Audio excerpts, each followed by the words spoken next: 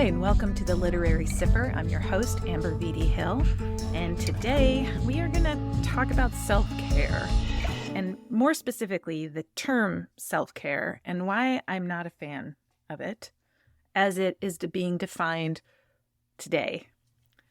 And maybe if we can change the definition, I'll like it better. But before we start, welcome to September. Welcome to the new year. Happy New Year to all those who celebrate in September like I do. And here's your Gatsby quote of the day, right? Life starts all over again when it gets crisp in the fall. And I know so many of you are not in that crisp, beautiful fall weather. You are in the humidity and you are in the hurricane seasons and you have tornadoes happening and it's 90 degrees in California. But for some of us, fall is in the air. And in any case, the start of school for me is always the school year, is always the new year, with trips to stationery stores and fresh journals and sharpened pencils and all of the great promise that comes with that. But if you are a working artist or a working mom trying to find time to be creative, you have probably been inundated with the notion of self-care recently. And I think it started in the pandemic in 2020. I think we were all trying to mindfully slow down, and you saw an uptick in meditation apps. But you also saw the uptick in this rhetoric of manicures, pedicures, massages, romantically filmed YouTube videos documenting a 20-step skincare routine or a beautifully poured cup of tea. And all of those things were there to remind you to slow down, to take care of yourself, which are all good things. I'm a fan of taking care of yourself. I'm a fan of treating yourself lovingly and allowing time for slowness and time for stillness. I am a huge fan of nature walks and meditation, hot baths, all of those things as a way to free up your mind from the constant busyness that seems to infiltrate our way of life currently. However, recently I have come to find it to be a little cliche and a little bit belittling somehow, as if you're the bare minimum of what it takes to be human in the world, to eat well, to drink your water, to exercise, to move your body lovingly, to sit in meditation. That is, in a lot of ways, the bare minimum of what it means to function as a human and what we would want for all humans on this planet, not just for busy moms or people with stressful jobs. And to be sort of saying to yourself, taking care of self is, you can fit that into a 30-minute manicure. It just doesn't feel right. And I believe that if you use your creative life as self-care, then you will feel even better because you've stepped out of the mundane for a minute. You've stepped out of these sort of daily tasks of cleaning yourself off with a hot shower or eating well or moving your body well, and you've stepped into a sort of mystical space, a freedom space, a space where all of those things that make you so busy are not in expectation of you. And we've spoken before about wandering in this space for 5 minutes, what that can do for a mindset.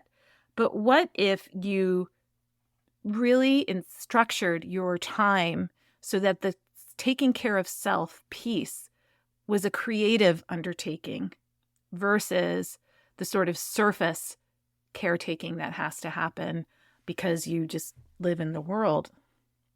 And I'm not trying to undermine the fact that people work 2 jobs. People are busy. Life is expensive. And to honor yourself by saying, I'm going to do nothing today and I'm going to just get my hair done and that is what I can manage. That is absolutely real, and that is true, and that is relatable. But is it also a resistance to the sort of higher calling of what it is to be in love with your work self, with your creative self, with your artistic self, enough that is also part of caretaking. So my question is, why do we always ignore the pull to create? Why is it viewed in this closed off way sometimes where, oh, if only I had time to do that, or someday if I have time to do that.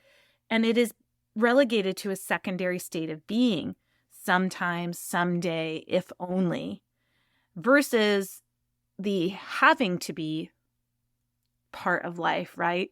Managing your money, taking care of your kids, taking care of aging parents, making sure you show up on time to work, making sure your car runs, your bills are paid. All of those things are primary. But I would argue that when you relegate your creative life to the secondary tier, you begin to ignore yourself. And it leads to even greater, deeper bouts of self-neglect.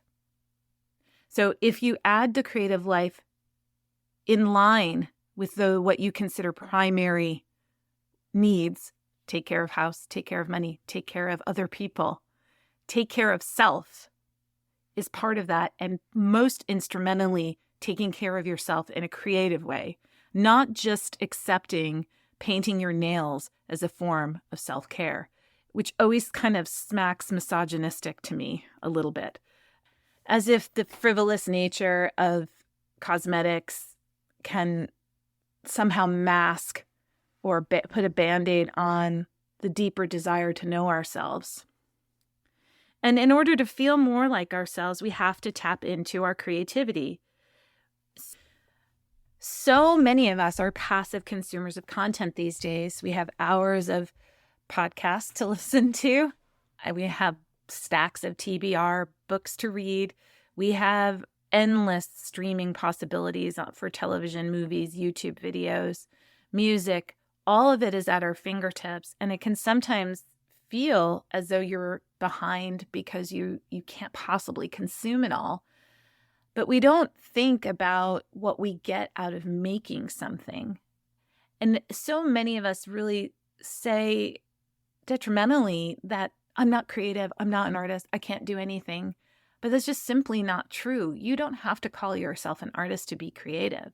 So many people are creative in millions of ways that they don't give themselves credit for. If you put dinner on the table every night, you are creative. Believe me, you are creative. If you're into your garden and growing vegetables or growing flowers, and you dedicate the time it takes to make the soil fertile, to clip back things so they don't destroy the garden, to take care of bugs and animals, that is a creative enterprise. It is a prize that opens you up to the universe, to the cycles of nature, to the seasons, in a way that simply going to the grocery store does not. And writing and of course, art of any kind, visual art of any kind, making movies, photography, all of these things can be elevated in whatever way feels good to you. So if you find yourself snapping photos on your phone all the time, what would happen if you took some of those photos and blew them up and into a size where then suddenly they became a little more interesting to look at, where suddenly they had a little bit more space in your own physical space in your home, but also in your artistic life? We have to curate these things that we're already creating. We have to feed our artistic life in order to flourish. And another part of it is we have to celebrate when we do. We have to give ourselves credit when we do create something, when we sit down and write a poem, when we sit down and work on a book, when we sit down and draw for an hour. We have to give ourselves the time and space to do that without worrying what we're supposed to be doing, without worrying about the endless to-do lists that are there. And we have to start viewing it as taking care of the self. That self that is in you, that is meant to be here, that is meant to be released from all the fear and guilt and anger in the world. And it is meant to rise above that and to touch something mystical. That is taking care of the self. And so I really urge you to figure out what ways you can create, what ways can you join a community that underscores your creative identity and connect with them so that then you become a group of people who are taking care of the self and putting that energy into the world. So I urge you to make time this fall to practice creative self-care, a mindful approach to taking care of the self that includes listening to those creative urges, making time for those creative urges, and celebrating that creative urge. I've done this summer a little bit with the small poem every day, making sure that I wrote something small every day, creating the book guide for you all that's on my Substack, writing essays on my Substack, of course working on my second book, of course revising the first book for editing. All of those things are part of how I take care of myself. But I've also learned that sometimes it's good to step out of writing and to step into a different kind of creative space. So drawing, sketching, taking photographs, of course, is important to me. But I think there's so many ways that we forget ourselves and we forget what we loved. And if part of the self-care revolution is about rediscovering self, then I'm all for it. And I really encourage you to do it too.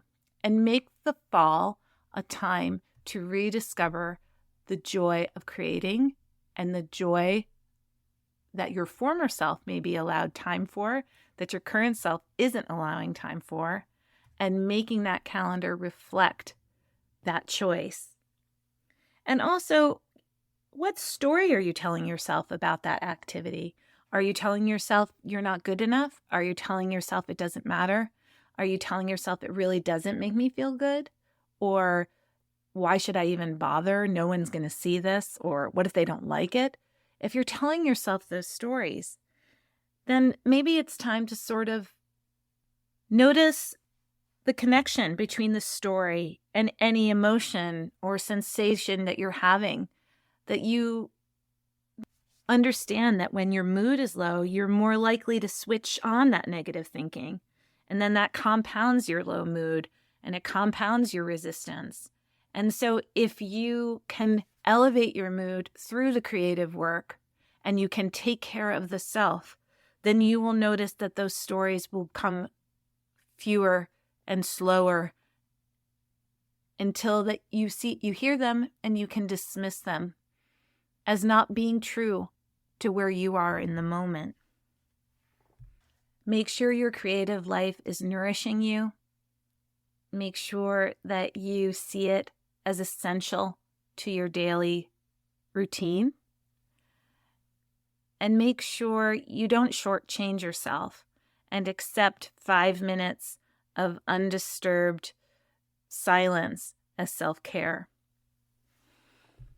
I would also add this, that if you find yourself returning to an old love, an old art, an old work that you've written, an old novel you pulled out of a drawer, there is going to be a period where you're almost paralyzed by the time that's gone by. And I just want you to know that you're not alone in that every artist struggles with that period away from their art. And when you return, you'll just find yourself in a new phase of your artistic life. And I wanted to end today's episode with a quote from Helen Frankenthaler, the abstract expressionist. And she says, "I will often get back to painting after a break and panic and not know where I left off. I seem to start at day one again. I sit around and sharpen pencils, make phone calls, eat handfuls of pistachios, take a swim. I feel I should, must, will paint. It is agony. It is boredom. I become impatient and angry with myself until I reach a point of feeling I must start. I must make a mark. Just make a mark. Then hopefully, slowly, I get into a new phase of work." I really wish for you that new phase comes quickly, It comes without the anger and impatience of Frankenthaler, but with great joy and expectation. And may your fall be a happy one. See you next time.